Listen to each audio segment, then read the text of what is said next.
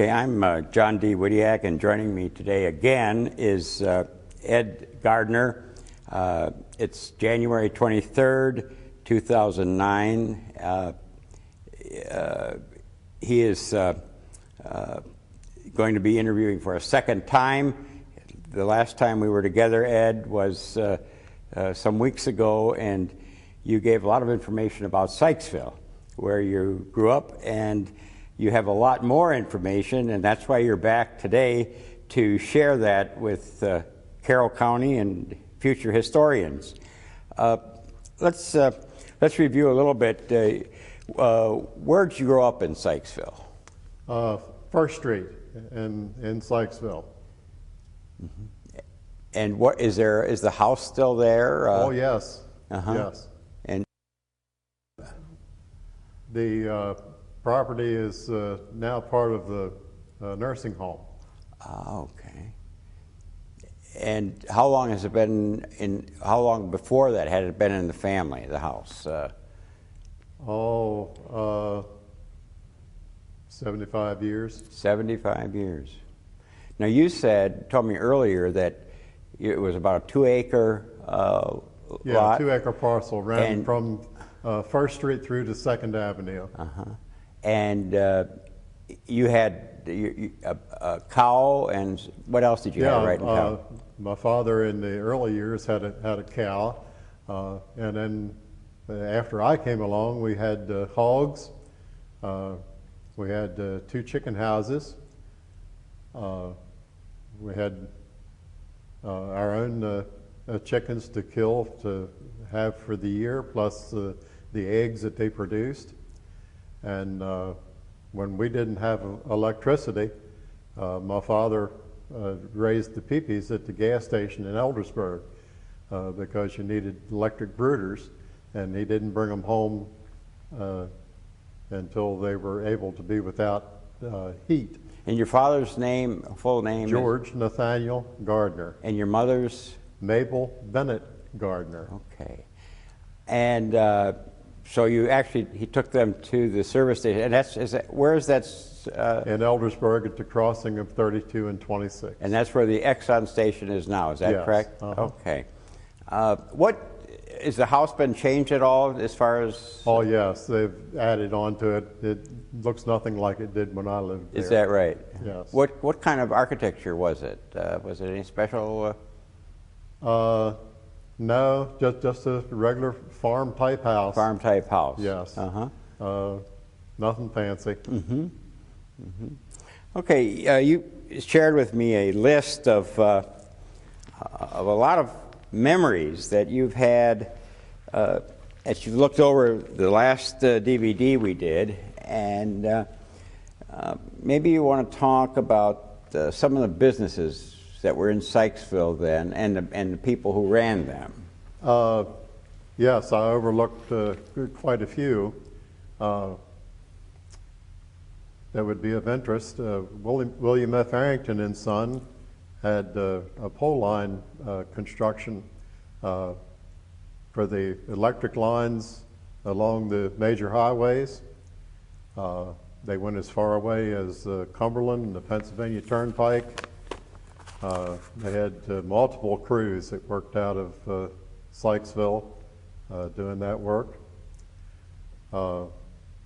We had 2 trucking companies that worked out of Sykesville, Vernon Linton and Grover Lyons did general hauling.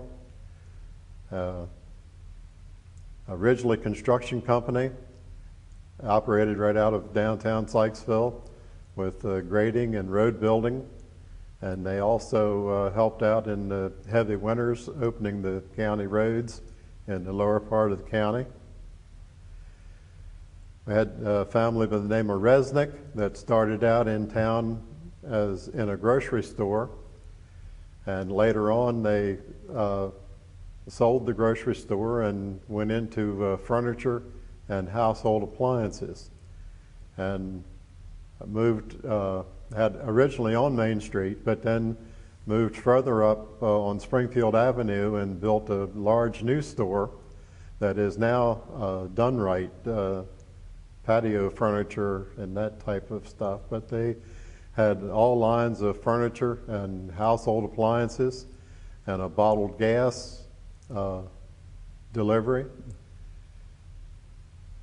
We had Joseph Spanicky had a shoe repair shop, and it was top notch. He was a craftsman. He made custom boots for the horse people in Howard and Carroll County.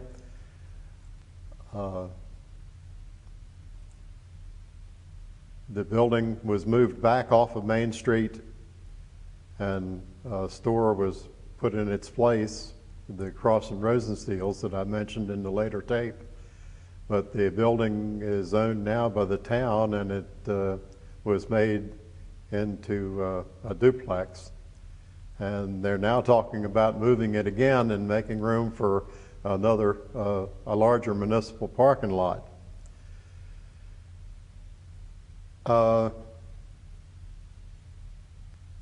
We talked a little bit about food. We had 2 sit-down restaurants and 2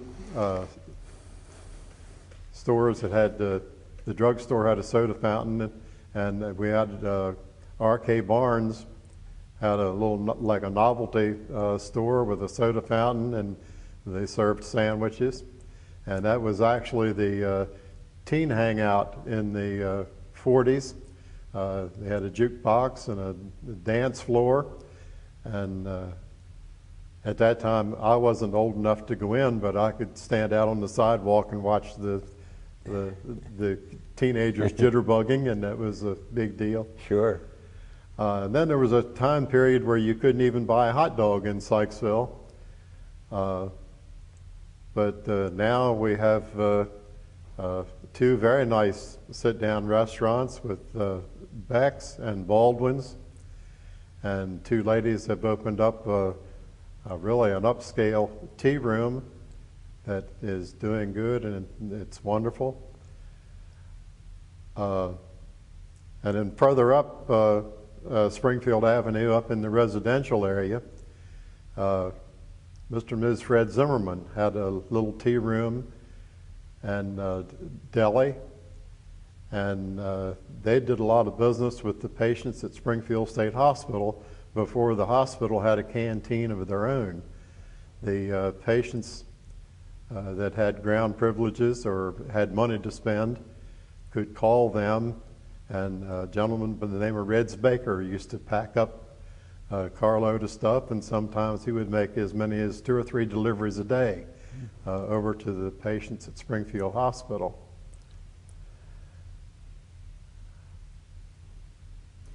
You talked about we talked about the way train on the last tape. Yes. And I overlooked 2 things. There was a sideline that came from the B&O Railroad up through the residential area into Springfield State Hospital. And they made 2 or 3 trips a day, depending on the need. But that was terminated when the powerhouse at Springfield was converted from coal to oil. Because the main use of that line was to get coal into the powerhouse where they generated their heat and everything. Is that what you refer to as a dinky? A dinky, yes. When the line was terminated, the engine was sold, and the curator at the Gatehouse Museum, Jim Perman, was a historic curator, and he tracked the sale of that to a lumber yard down in Virginia somewhere, and made some attempt to raise money to buy it and bring it back, but it never materialized. Tell me a little bit about the Gatehouse Museum. That was started downtown in the townhouse by the Grand Dame of Sykesville, Miss Thelma Wimmer. She went around and collected artifacts from people that she knew were hoarding them up, and it just took off, and Now,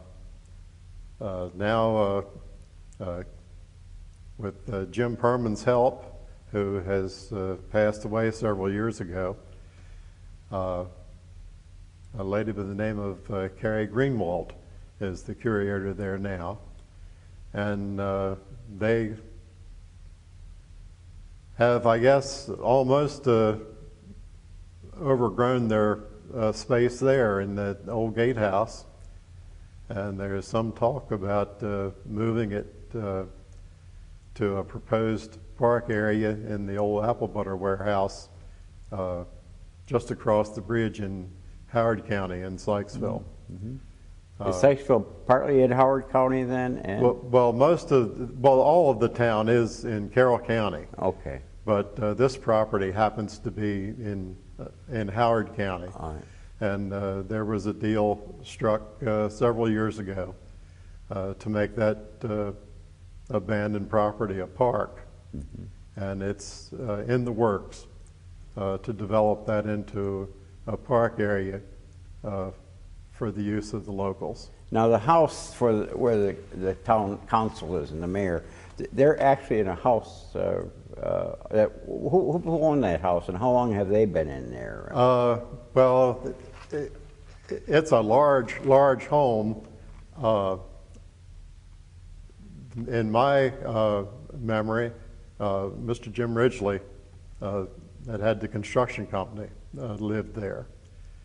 It is a large house, and the town acquired it and has since made additions onto it for a meeting room and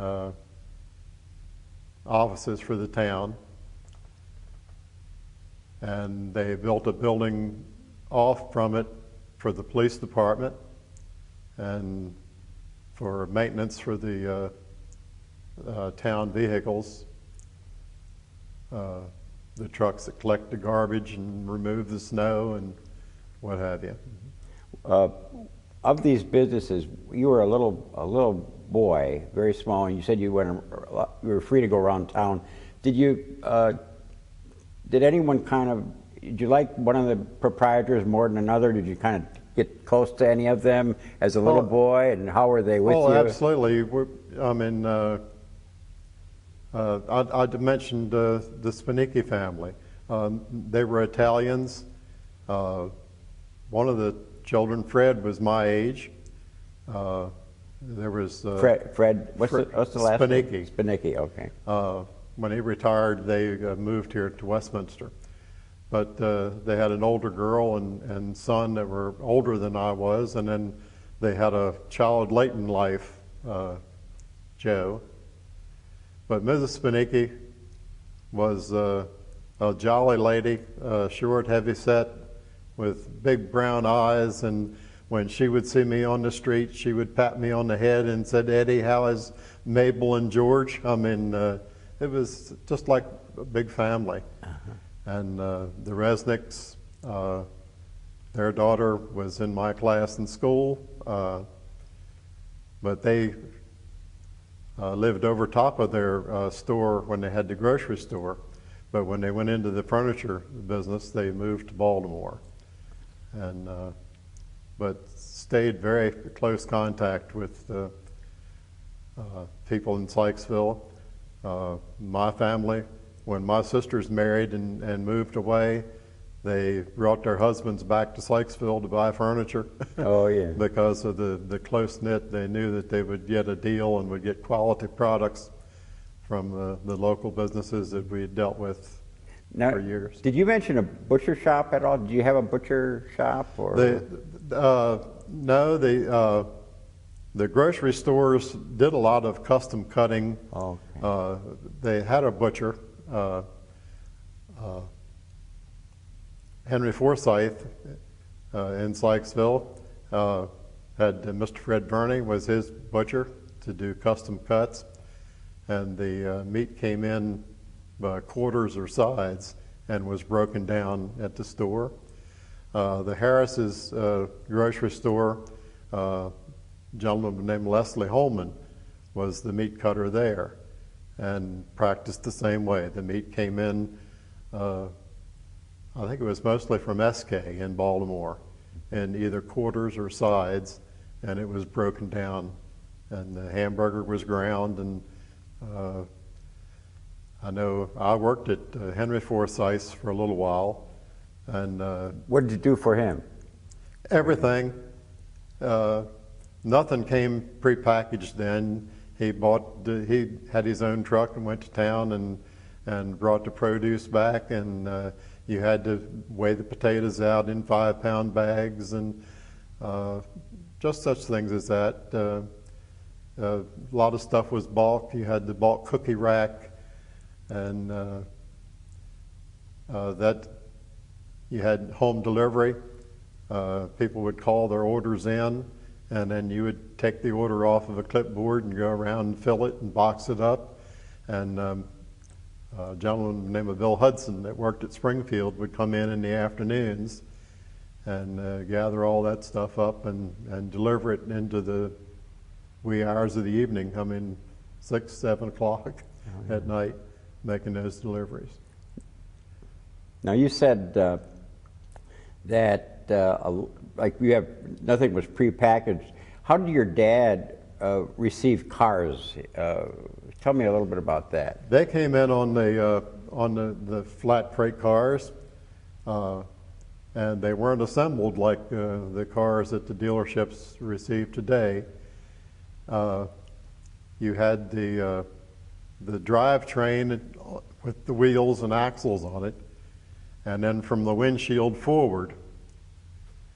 But you stocked the body, and if a person wanted a 2-door car, you put a 2-door body on it. If they wanted a 4-door car, you put a sedan 4-door body on it. Or if they wanted a pickup truck, you put a cab and a pickup body on the same chassis.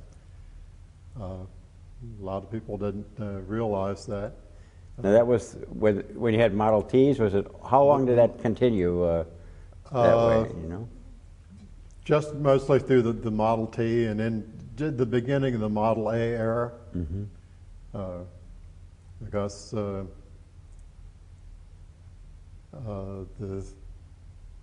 I think my dad lost the business in early 30s. So, but they were starting to come through factory assembled then. So your dad kind of transitioned to the service station. Is that what he did from automobile? Or? Yeah, but well, not directly. He had a little shop that's no longer there on Springfield Avenue. It was just a carriage shed that he just worked on people's automobiles.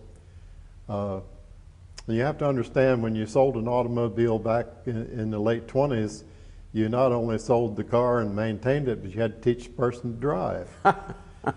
And there's a lot of stories out of that where a man that had never driven a piece of machinery, but was always used to driving horses, he'd run up to a place where he had to stop, and instead of hitting the brake, he'd holler, "Whoa!" But my father had some amusing stories, and I only ever came across one person that remembers that, and that happens to be the wife of the gentleman that bought the building and turned it into a bowling alley, Ms. Hurt. She told me one time that she remembered coming to Sykesville with her father to get his car serviced, and he remembered that he appreciated George Gardner teaching him to drive. Oh, yeah. And that was really unique. When did your dad move out to the corner there? I think the date was probably about 35, 36. Oh, yeah. It was before I was born in 1937. Okay. But the building was, it was just a little one room for his accessories, for like for oil and stuff, and there wasn't much, you did more repairs, tire repairs rather than tire sales, because you didn't have the area to stock that kind of stuff. Of course, you had, in the wintertime, you had your antifreeze, which wasn't permanent at the time. It was Zerone, which was really a pain because if you got a cold snap, people were lined up to get their antifreeze tested because your Zerone evaporated. And if you had a long driveway and spun and overheated your engine, you might have been below zero when you started, but by the time you got into your house, yeah, you had probably lost all your the strength of your antifreeze. Yeah.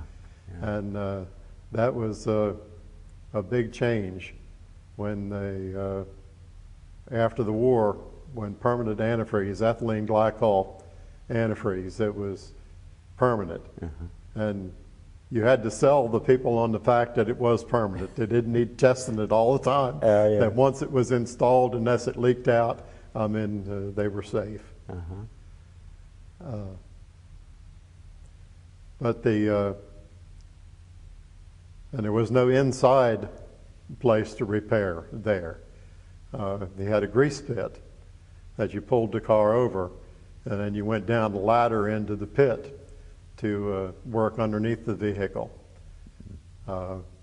which was very unsafe because it was a greasy, oily mess down there, and there was always a chance of fire. And if you would have a fire, you were down in that hole, and it was really a death trap. Has that happened?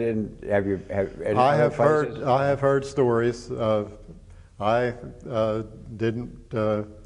I wasn't old enough to work at the station, but I was there as a child, and the service stations, even the ones that were in Sykesville, they had the same facility. They had a pit rather than lifts to raise the car in the air. I had an incident one time riding my bicycle, seeing how close I could ride around and around and around one. And they had a little brick lip, and my front tire hit that little lip and flipped me down into the pit, and that was. Did you broke an arm or anything? No, I didn't break anything. I just bruised my pride and had to explain my greasy clothes when I got home to my mother. You know, you said to me earlier about what your father taught you. You said that you did a lot of your learning from the seat of your pants, and Yes. Your father was very instrumental in teaching you about mechanics and so on, and his philosophy. Can you talk a little bit about that? His philosophy was to do something and do it right. And because we were a local business, working with local people that kept their vehicles for a long time in that period, you didn't have people trading every year like you do now. He would remind me that when I put something together, that 9 times out of 10, if it had to come down again, I would be the one to do it, and to forget about these miracle cements that put things together forever, because you don't want to have to tear it apart with a sledgehammer and bust it up. You want it to come apart so it can be repaired. And I associated myself, I was lucky to work with good mechanics that were my mentors, and I learned a lot from them, and that gave me a lot of basics. That was another thing that my dad said: don't always blame the new boy on the block for the new inventions he meant. He said because the old principles are still there, and unless something miraculous happens, they'll never change. Your basics are always there. Your problem doesn't always have to be with a new engineered addition. That a lot of mechanics would try to blame on the new inventions rather than fall back on the old standby. Your father seemed to have a lot of wisdom, also by the seat of his pants. I mean, Yes. and I sense that his temperament, he had a very good temperament, very even. Is that right? Pretty. He could be riled, He could be. but yes, he was a good teacher. Uh-huh. He had a lot of patience. There was one thing that I will never forget. When he first turned me loose to replace a water pump on an old flathead model Ford, he heard me tapping it with the hammer and tapping it with the hammer, and he came by and I told him that it wouldn't come loose. And I had done everything appropriate, but he said, go up into that water jacket and get that other bolt out that's up in there, which wasn't visible. You couldn't see that. Oh, yeah. You had to know that that bolt was there. But it was just such things as that. He had a good sense of humor. A lot of times, I know several times people would ask either for directions or ask for a person. One time a man would ask for Mr. Walter Frizzell, and my father said, you'll find him just about a mile up Liberty Road at Wesley Freedom Church. And the man said, well, what's he, the custodian there? And my father said, no, he's dead there. So just such things as that. I mean, and being there on that corner in Eldersburg all those years, there were just such circumstances like that arose. We had a gun-ho state policeman one time that followed a customer into the station and wrote him a speeding ticket. And my father approached him and asked him, please don't to do that again. Either stop them before or after they leave the station. And he pointed to his corporal stripes on his shoulder and said, this gives me the authority to do this. And my father told him, yes, I wore one of them in World War I, but I didn't let it make a fool out of me. Just such things as that. Yeah. Now, did you talked about the freezer company too. Tell me about Yes, before the time of home freezers, we had a freezer plant in Sykesville. You could rent a box to buy a side of beef, or like when we killed 25 or 30 chickens, my dad had a box there to put that in. At the gas station, we dealt with a lot of farmers that bartered. They would buy so many 100 gallons of gas for a side of beef, and my dad would accept that as payment, that market price for the gasoline that they bought to use in their tractor. And we would have that cut up and put in the freezer box. At one time, my dad had 3 freezer drawers there. How big are they? How big are the drawers? About a foot deep and maybe 3 foot wide and 5 foot deep in a drawer. Oh, okay. You could get a pretty good portion of meat in there. At the time that there was one in Sykesville, there was one in Ellicott City, and also Wagner's in Mount Airy.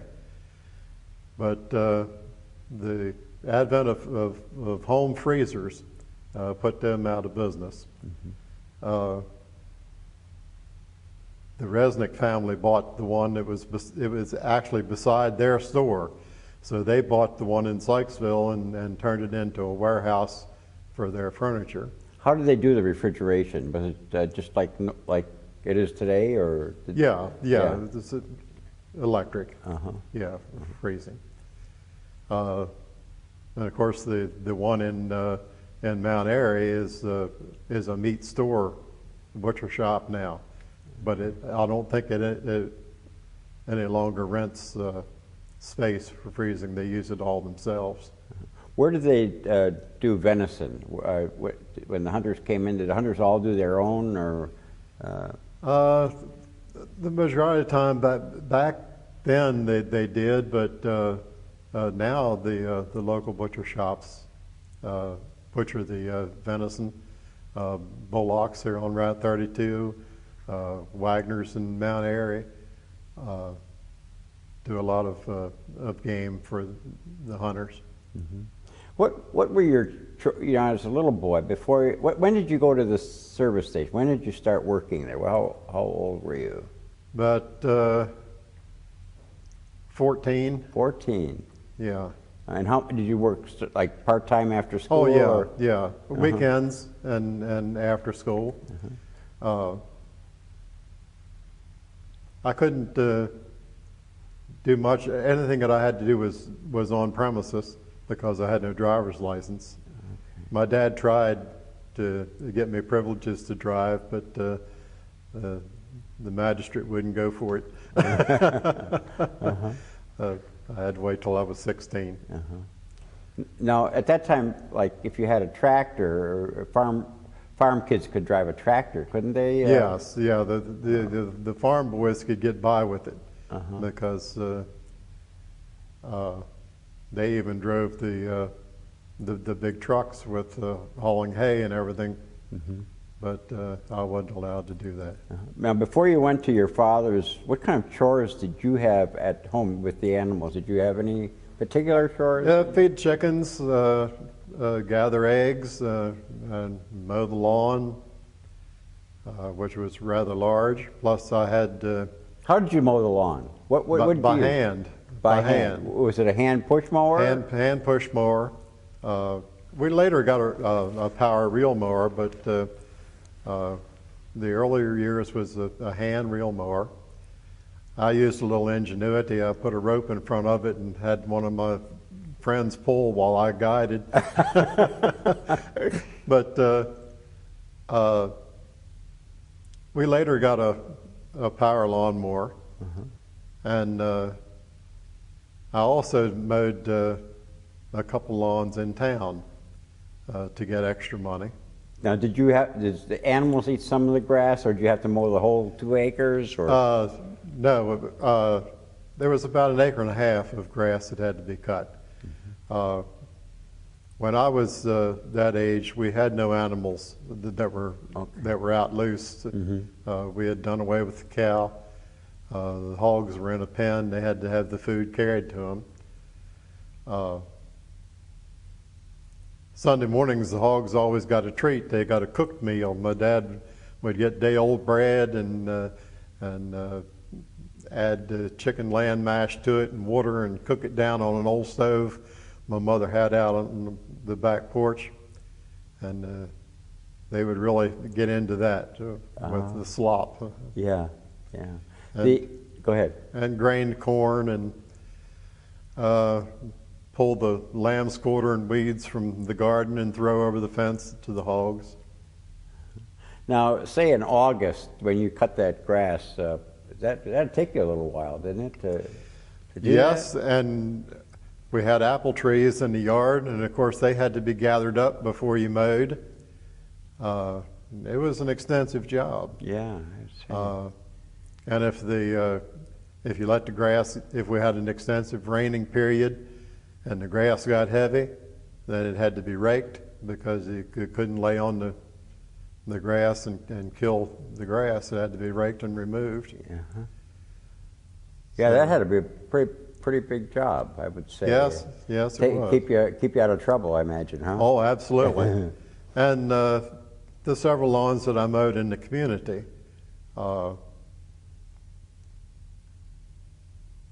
it gave me a different outlook on adults to kind of guide myself in my adulthood the way I treated children.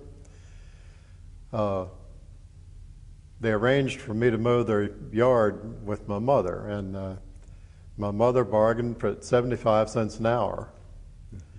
So they would time me when I would mow the first time. And like say if it took me 1.5 hours, that came to $1.50. So that's what they would pay me every time I mowed the yard. But if they had an apple tree and I had to gather the apples and carry them off before I started mowing, I got no extra money for the extra time. Oh. And one lady I was mowing the lawn for, a friend of mine came by, and I stopped and we talked for a little while. And when I finished mowing and put the mower away and went to get my money, she docked me 25 cents because I stopped and talked to my friend for a while. Is that right? Well, after I got to be older, I realized they cheated me because my time was already clocked. And Right. They weren't timing me each individual time. Yeah, yeah. So adults need to be aware of. So that really, as an adult, and how you look at children and treat children was much different from that experience. Absolutely. I have always treated children to respect me, not only then, but after they got to be older too. Not to have any grudges Yeah. against that man that did them wrong.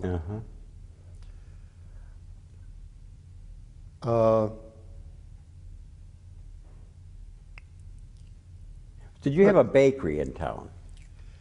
No.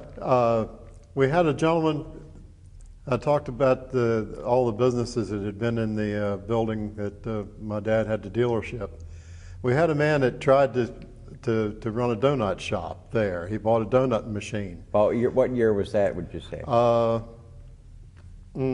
Late 40s, I guess, but it didn't go.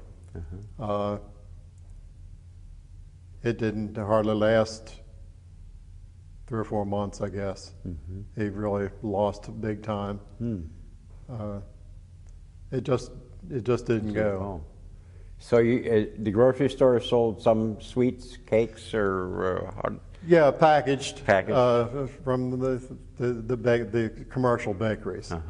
Because you see, a lot of the women were at home. You didn't have the women working Right. out of the home, and they did their own baking. Right. And we very rarely ever bought anything in the sweet line from the store. My mother made cakes, and she made baked bread, and during the holidays, she would start in late October, early November, making fruit cakes for Christmas. And people laugh when I tell them that she mixed them up in a wash tub, because she made 25 or 30 fruit cakes, and would wrap them in cloth and pour brandy over top of them and put them in a wash boiler and pack them away down in the basement. And we had fruit cake to eat at Easter. And bake cookies and get the tins from the postal department and send cookies to the servicemen during World War II. That was a big thing for my mother, because she had a son over there, and everybody was involved with the war effort in World War II. Paper drives, scrap metal drives. The high school kids would collect, and it was the central area at the school, and then the trucks would come in and gather up what the kids had collected around over the community. Bundles of newspaper and piles and piles of tin cans for the war effort. Did you have ration books then? Ration books, absolutely, yeah.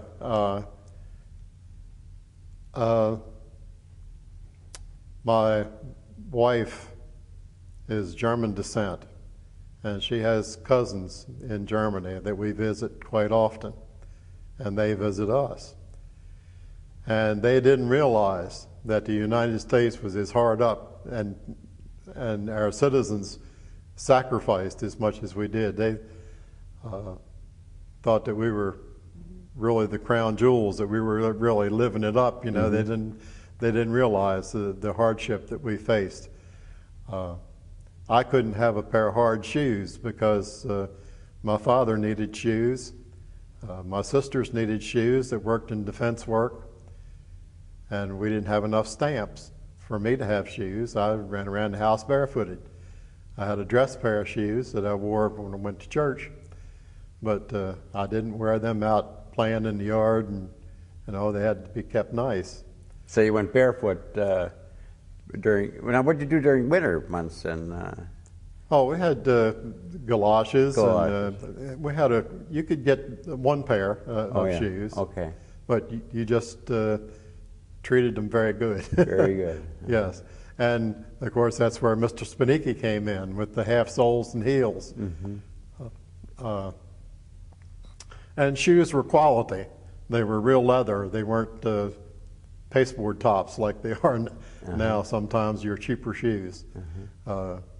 I can remember before Mr. Spanicki went out of business, he would look at a pair of shoes and say, "No good, no good," with his Italian accent. Oh yeah. The top wasn't worth putting a new bottom on.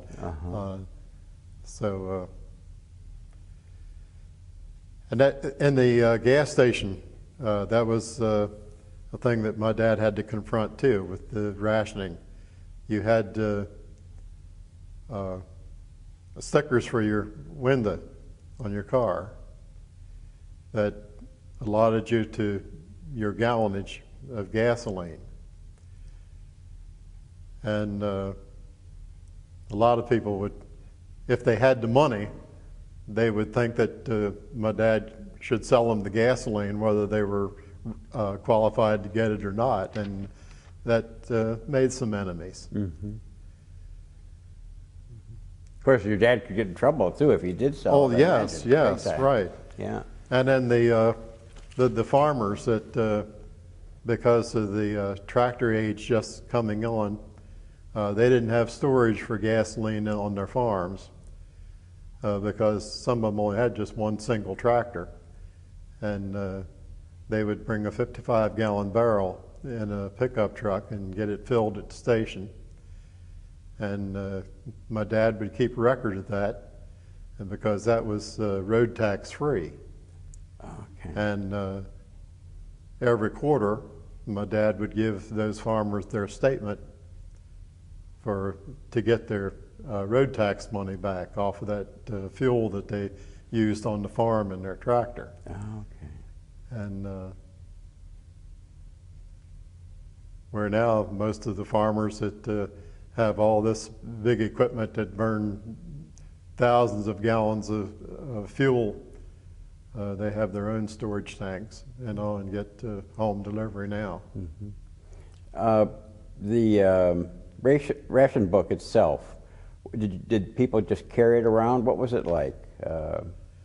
Yeah, it was a book about 6 or 8 inches long by about 4. And the stamps were just like postage stamps, only they weren't square. They were kind of triangular. And you had so many stamps for, I forget how it was all rounded up, but you had sugar stamps, and you had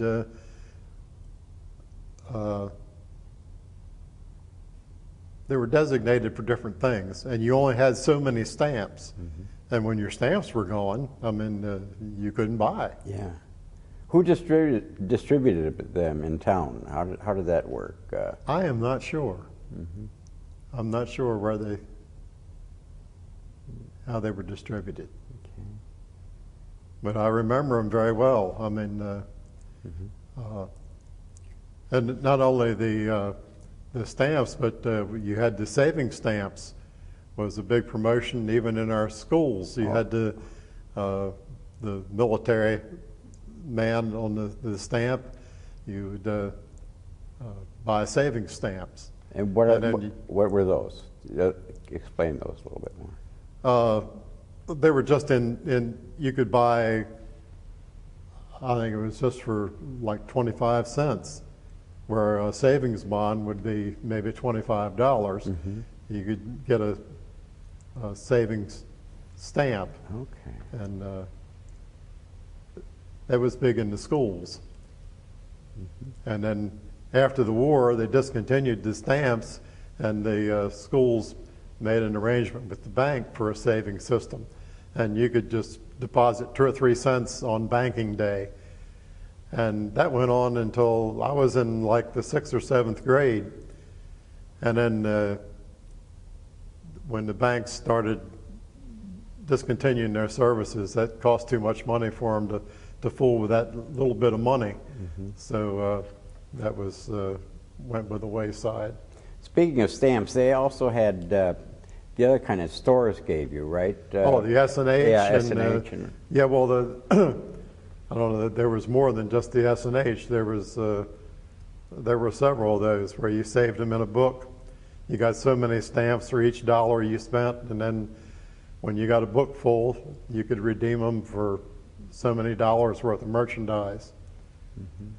That was a big deal. A lot of gas stations did it, clothing stores, grocery stores. My father never got into it at the gas station, but a lot of the stores did. And it was a big deal, I mean, to save savings stamps. And I think S&H even had their own stores that you could go and redeem for premiums at their stores rather than turning them in for the dollar value. Tell me about the funeral home. Where was that before they moved out, and so on, and who? Right down in town, right at the beginning of Main Street, and Central Avenue goes down into town and becomes Main Street. The funeral home was right there. Mr. Harry Weir and later Luther Haight was a partner, and it was Weir and Haight, and now they're both deceased, and it's in the Haight family. Brian, Harry Weir, Brian's father, is deceased several years ago, and now it's Brian. And I think his sister Paige is also a partner there, along with his mother. And they're located out on... It's out on 32. At an area called Grand View. Right. It's is what that little settlement is called there on that hill. As a little boy, what were funerals like then? How did you look at them? Was it a scary thing? Was it a respectful thing? It wasn't scary, but it was very somber. The first funeral I can remember attending was my grandmother's. Very somber. And then I kind of evaded funerals for a long time. And then when I started losing my own friends and started going back, the atmosphere has really changed. How so? Well, it's not that somber attitude anymore. It's more jovial. And I think it's a show of the times too, because you never went to a funeral home without a white tie, white shirt and tie and jacket. I was in Hates just the other day, and a man came in that had been jogging with his spandex and tank top and his water bottle on his hip, and you would have never gone into a funeral home in the 40s like that. That would have been disgraceful. Did the women wear black then, or was it? Yes, and hats. You didn't go into a church or a funeral home with your head uncovered. But there, again, it's just the changing times of how times have changed. Everything is more casual. I haven't got used to seeing the newscaster on TV yet without a tie. Oh, yeah. And now it's common practice. You see your newsreels, your government attaché people, tie-less, open collar. You mentioned newsreels. There was a movie theater in Sykesville, wasn't there? Yes. Tell me a little bit. I think we talked a little bit about that last time, but yeah, it was over top of the arcade building, You could see a feature-length film. And where was that? Where the arcade building? Where? It's on the right-hand side, 3/4 of the way down Main Street. On going south, it would be on the right-hand side. It was over top of the State Bank. The building was called the Arcade Building. It was a regular size theater room. I don't know, it probably held maybe 100 people. Do you go there, see movies? Yes, on Saturday nights. I guess the earliest time I can remember, you could get in for a quarter.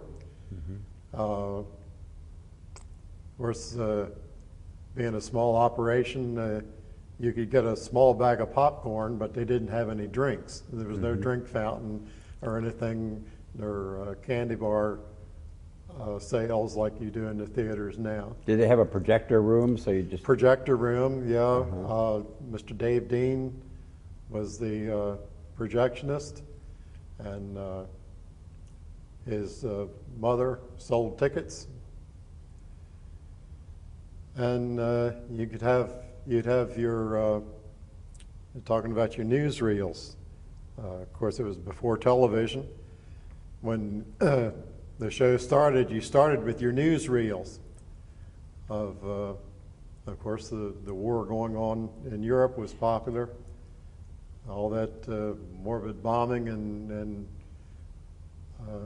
the air raids and anything that was current in the news was about 15 minutes or maybe.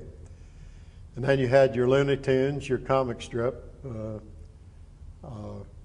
then you might have a selected short that would be the Three Stooges or something along that line, and then you'd have your feature film for 25 cents. Wow. Yeah. And it was a big deal when it went up to 35 because that was really getting into your allowance when it went up 10 cents. But then, but that waned. Two local men, Ted Barnes and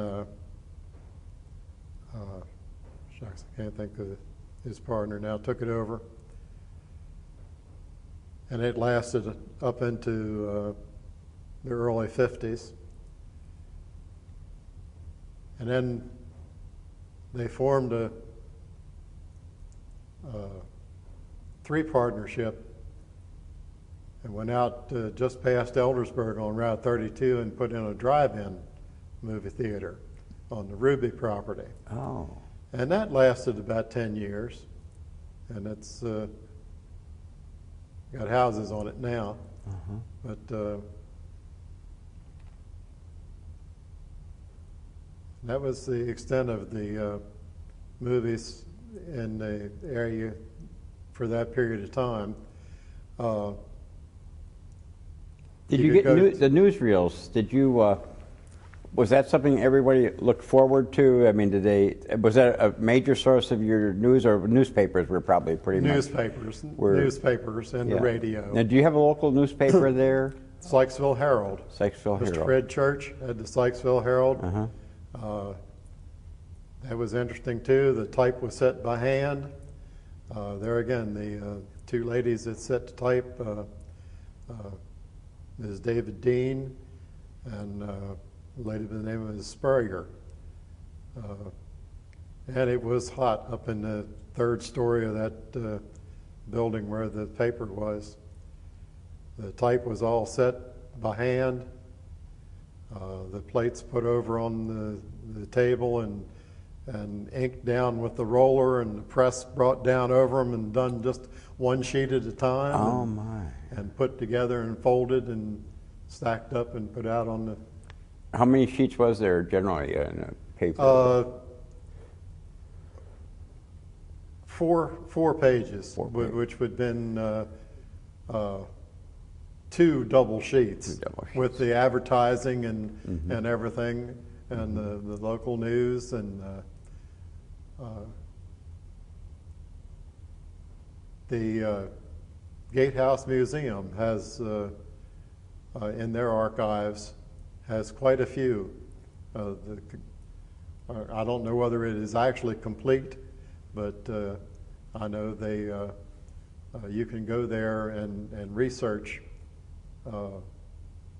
history out of the Sykesville Herald there at the Gatehouse Museum. You mentioned we got just a little bit of time left. You mentioned 25 cents to 35 cents for a movie. What were the prices of, say, an ice cream cone, candy for you when you were that age? Give us some idea of a loaf of bread or a gallon of milk. Well, you had penny candy. You had the Mary Janes, and there were a penny, but then the majority of your candy bars were a nickel. And I can remember. Were they about the same size they are now, or comparable? Larger. Larger. Yes. I remember, I guess when I was in about the 7th or 8th grade, Curtis came out with the large Baby Ruth that was a quarter pound. Oh, yeah. For like 12 or 15 cents. And my golly, now, I mean, the big $1.35 or 40 cent Hershey and Mr. Goodbars are not even a quarter pound. Yeah, right. They're wafer thin and only just a little larger than the nickel candy bars were when I was 7 or 8. So it's milk was bread or milk, or give us some other ideas about. Probably bread. Ice cream cones are probably about 10 cents a loaf. Milk, probably 25 cents for a quart. Ice cream cones. Half gallon was didn't come in until I was like in junior high school. You bought a quart of milk, and of course they were recyclable bottles. So you had a milkman deliver it. Yeah, you had milk delivery, but the stores that handled milk were in returnable bottles. You didn't have the waxed pasteboard cartons that were throwaway. Okay. And like I say, you bought it by the quart. And you paid a deposit on the bottles too, didn't you? You deposit, right. The same way with the soda bottles. You had 2 cents deposit on the 16-ounce bottles, and then the large bottles were a nickel. And you would get that back.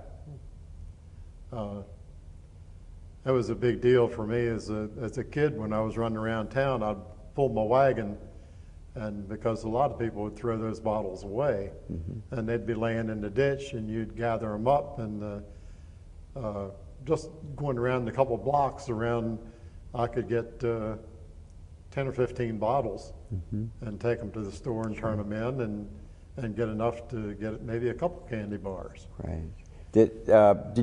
We did that with hangers for dry. Did you have dry cleaners or any? Dry cleaners came door to door. Oh, okay. Yeah, we mentioned that in the last tape. That's right. These returnable bottles, a lot of people think that we ought to go back to it. And it was good, but it was one filthy, stinking mess. When I worked in the grocery store for Mr. Henry Forsyth, that was one of the jobs, straightening out those bottles, because they had to all go back in their right cases to go to the right distributor. And I mean, telling you, when that warehouse room was over 100 degrees in the summertime, and that little bit of pop that was still in those bottles would stink to the high heavens. And then you'd have people that smoked that would put their cigarette down in the bottle. And so they wouldn't return them clean; they would just return them. No, just the way. Yeah. I mean, you'd buy a soda out of the soda machine, and there was a rack of cases beside. You'd drink it, and then just stick it in the box, and it would go back. I've drank Coke and had a cocoon of a worm in the bottom of a bottle that had been processed and supposedly steam cleaned and filled with Coke. And when you emptied the bottle, there was a worm cocoon that didn't get cleaned out of that returnable bottle. I'll be darned. Well, and it was in these the bottle racks, especially Coca-Cola, would have the plant name on the end of the bottle where the Coke was bottled, and that would be a big deal. You'd bet who paid on who drew the bottle out of the box that was the furthest away. And you would be surprised with Westminster Coca-Cola being bottled right here in Westminster. It still wasn't the majority of the bottles that you would pull out of that really? Coke. You would get them from all over the United States. I'll be darned. I think we're just about the end of this tape, and I'm sure you have about a long time to do here. Let's see, we have a little time yet. Well, I would like to mention the Quincy Morrow Company. I hadn't mentioned that. The majority of that property is a municipal parking lot now, but it used to be just pole barn buildings, and those men worked out in all kinds of weather, making shipping pallets and spools for Baltimore Gas and Electric and for the telephone company. And there was probably 8 or 10 men that worked there year-round, snow, blazing hot or in the winter. And a man by the name of Baker did the hauling, and those pallets were shipped all over the country, wherever manufacturing areas that needed those pallets for shipping, and like the spools for wire. And usually when the phone company and the power companies got done with those spools, they would just roll them down over the bank wherever they were working. And a lot of times the fellows that were on those crews would say, we dumped so many spools down over, say, Raincliffe Road last week. Well, that word would get out, and the people in town would go get them and put them in their backyards and use them for picnic tables. And you just put a tablecloth over them, and they even had a hole in the middle if you wanted to manufacture an umbrella. Oh, sure. But nobody was the wiser. And the smaller ones, you'd have a kid table. I mean, you also talked about part of it can be used. Yes, when they cut the last board, you had a natural straight side and a semicircle. And if you had a rose bush or a grape arbor or any vine type plant, you could go down there in their scrap pile and pull out those pieces. And the only thing you needed was uprights, and you had a grape arbor or a rose arbor or something to train your vines on. And people would also get those scrap for kindling to start their coal and chunk wood fire from there. You mentioned when we talked earlier also about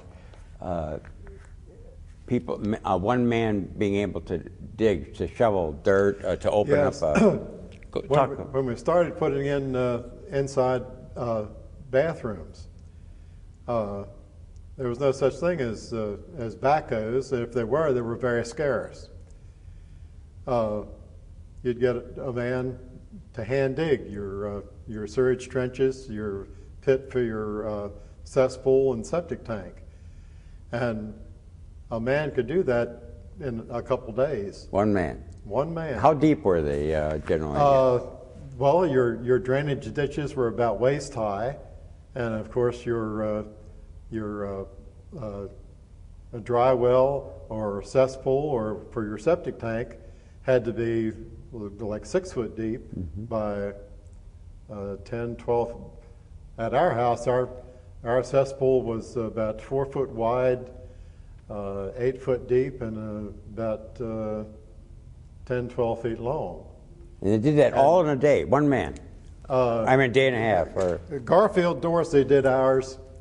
Garfield Dorsey was a black man in Eldersburg who did a lot of digging. He dug graves at the churches, and he dug sewage systems when you were putting in bathrooms. And he did ours, the trenches, the pit for the septic tank and the pit for the cesspool in 2 days. Mm-hmm. But it was all easy digging. There was no stone. No stone. But a lot of that stuff was done by hand.